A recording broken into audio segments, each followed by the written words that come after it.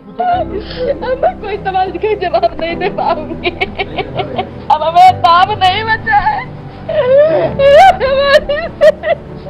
मेरे पापा की आग नहीं भूल। अगर ईमानदारी से नहीं होगा तो कैसे न्याय मिलेगा? हम यही पूछ रहे हैं इस सरकार से। बस हम ना पूछो।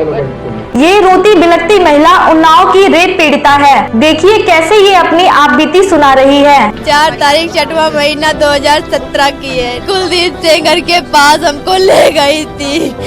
प्राथनी के साथ कुलदीप सेंगर ने रेप किया। हमने विरोध किया इसका, तो हमको धमकी देने लगे कि तुम्हारे परिवार वालों को मरवा के फेंकवा दूंगा। तुम्हारी FIR नहीं लिखी जाएगी। पापा को उल्टा ही जेल आरोप लगा के झूठा टिंकू सिंह ने झूठा असला लगा के हमारे पापा को जेल भेज दिया। हमारे पापा को कुलदीप सेंगर ने मरवाया। आरोपी कुलदीप सेंगर का कहना है कि मैंने कोई गुनाह नहीं किया, जिसे ये भी नहीं पता कि योगी जी देश के PM नहीं यूपी के मुख्यमंत्री हैं। मैं रेप का आरोपी नहीं, तो मैं भारतीय जनता पार्टी का कार्यकर्ता हूँ, न्यायिक व्यवस्था का सम्मान करता हूँ, गरीब कमजोर लोगों की मदद करता हूँ। राष्ट्रीय अध्यक्ष जी हमारे आज आए थे, उनका जो निर्देश होगा, हमारे प्रधानमंत्री आदरणीय योगी आदित्यनाथ जी का जो निर्देश होगा और शासन का जो भी निर्देश होगा, हम उसका पालन करेंगे। 2019 में कुलदीप सेंगर को उम्र कैद मिली और 2025 में हाई कोर्ट से बेल। इस फैसले से पीड़िता डरी हुई है और आज भी इंसाफ की गुहार लगा रही है। इस इंसान को कैसे जमानत मिल गई?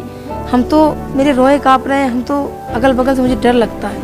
CBI अगर सही से केस लड़ती तो आज कुलदीप सिंह सेंगर को जमानत न मिलती। न्याय की मेरी यही मांग है कि मुझे सुप्रीम कोर्ट पे भरोसा है, मुझे न्याय देगा। और मैं अपने साथ में हर बहन बेटियों की आवाज उठा रही हूँ, ताकि हर बहन बेटियों को हमारे से न्याय मिले। योगिता भड़ाना जो कभी निर्भया जैसे केसेस में सड़कों पर उतरी, आज इस इंसाफ की लड़ाई में लोगों से मदद मांग रही है। मैं आपसे मदद मांगती हूँ। मैं योगिता भड़ाना, आप सभी मुझे निर्भया केस से जानते होंगे, या हाथरस केस से जानते होंगे, या दिल्ली 6 गैंगरेप के केस से जानते होंगे, या मुजफ्फरपुर शेल्टर होम के केस से जानते होंगे। पर मैं आज आपसे एक मदद मांगने आई हूँ। इस जो बेटी के साथ अन्याय हुआ है, उन्नाव पीड़िता के साथ, मैं चाहती हूँ कि उसकी वीडियो दूर दूर तक जाए, इन गूंगे बहरे कानों तक जाए। शेयर कीजिए जरूर जितने लोगों से कर सकते हैं। जो लोग प्रोटेस्ट कर रहे हैं उनके साथ प्रशासन का व्यवहार कैसा है?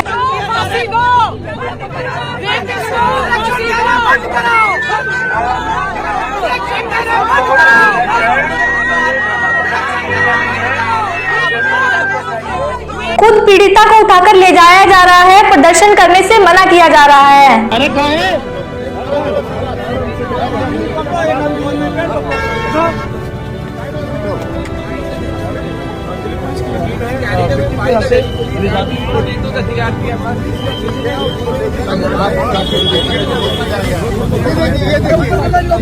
क्या नाम है आपका? क्या नाम है आपका? क्या नाम है आपका? पीड़िता कहती है कि कभी कभी सुसाइड करने का ख्याल आता है, पर वो जानती है कि मरने से न्याय नहीं मिलेगा, इसलिए वो जी कर और बेटियों की आवाज बनना चाहती हैं। ये जगह पे प्रोटेस्ट करना अलाउड नहीं है, तो उस बात का जवाब हमने उनसे ये पूछा कि रेप करना इस देश में अलाउड है, गैंग रेप करना, पीड़िता के परिवार को मार देना, उसको अन्याय ना मिलना अलाउड है। इस जजमेंट ने पूरे देश को झकझोर कर दिया है, और इस जजमेंट ने मुझे बहुत दुख हुआ, और मुझे लगा कि मैं दिल्ली हाई कोर्ट में सुसाइड कर लूँ। उनका क्या होगा अगर हम मर जाएंगे? तो मर के न्याय तो मिलेगा नहीं। ऐसे रेपिस्ट को जमानत मिलना, एक देश की बेटियों को हिम्मत हार जाना, ये बहुत बड़ा ऐलान किया है कोर्ट ने। हम जैसे बहुत बेटियां हैं, मार की फेंक दी जाती, रेप होता है, मार की फेंक दी जाती। अरे उन दरिंदों को मार के फेंको जो रेप करके रेप करके और फिर सजा काट के कुछ दिन बाद जेल के बाहर आ जाते हैं। उनको सजा दो, उनको फांसी दो। रेखा बिरला जी ने कई बार इस मुद्दे को पार्लियामेंट में उठाया। आरोपी कुलदीप कुमार सेंगर बीजेपी का विधायक। देखो हवस के जल्लाद बैठे हैं, संभाल कर रखो अपनी फूसी बेटियों को, क्योंकि देश चलाने वाले बेऔलाद बैठे हैं, बेऔलाद।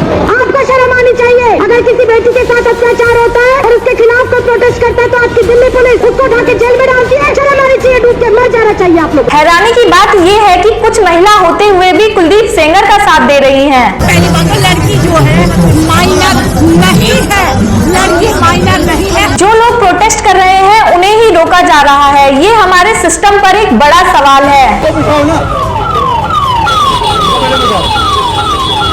मैडम आप आइए।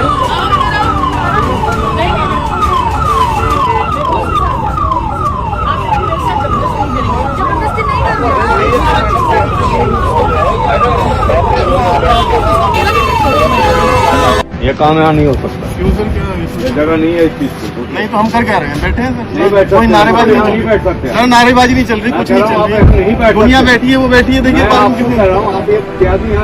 लागू है, चलिए उठिए सर, यहाँ नहीं बैठ सकते, जनता मंत्र जाइए वहाँ। जनता मंत्र हम कर क्या रहे हैं? यहाँ नहीं बैठ सकते ये कर सर, ये इतने लोग बैठे हैं, ये किसके लोग बैठे हैं? पोस्टर लेकर कोई नहीं बैठा हुआ है। पोस्टर मैं पोस्टर लेके बैठे हैं, ये नहीं हो सकता सर, हम कोई कानून ब्रेक नहीं कर रहे। तो आप यहाँ से जाइए, देखिए सर, यहाँ नहीं बैठ सकते, हम कोई कानून ब्रेक नहीं कर रहे और आप यहाँ नहीं बैठ सकते सर, ये हमारा संवैधानिक अधिकार है। नहीं अधिकार है, आपको नहीं पता है, मतलब आप नहीं हटिए सर, हम क्यों हटेंगे? हमारा संवैधानिक अधिकार है, हम क्यों हटेंगे? आपके संवैधानिक अधिकार रोड पर बैठने का नहीं है, रोड पे नहीं बैठे हम, फुटपाथ पे बराबर बात कर रहे हैं।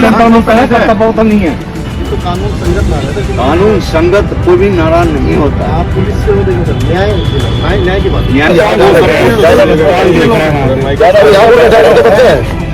ज्यादा मतलब जो पूछो वकील साहब। फिर भी जनता आवाज उठा रही है और अपनी पूरी ताकत से पीड़िता का साथ दे रही है। कोर्ट को मानते थे हम 14 साल पहले सर, कोर्ट को मानते थे, अब नहीं मानते हैं। पूरा कोर्ट, मीडिया सब कुछ बिक चुका है इस सरकार के आने के बाद में। इस देश के अंदर अब संविधान नाम की चीज, कोर्ट नाम की चीज, कानून नाम की चीज, मीडिया, हम लोग आप लोगों के भरोसे होते थे, अब हम आप लोगों को भी नहीं समझते।